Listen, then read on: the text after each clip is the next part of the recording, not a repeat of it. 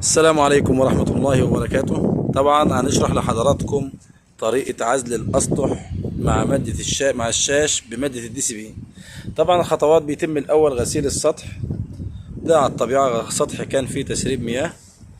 طبعا تم غسيل السطح جيدا بالمياه وتنظيفه، وعمل ترويبة للسطح كامل حتى تتفرغ الفراغات البلاط من الرواسب والأتربة الموجودة.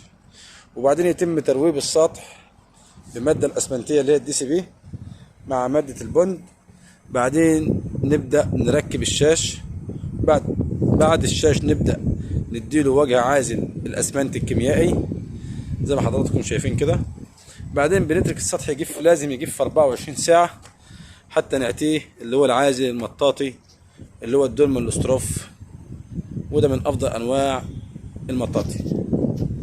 طبعا ده شرح بسيط مفصل لطريقة عزل الأسطح المبلطة لحضراتكم. طبعا للتواصل 053 48 48 580. معكم مؤسسة ركن الأرض للعوازل والمقاولات، الموقع حي الشفه بالرياض. وشكرا لحضراتكم.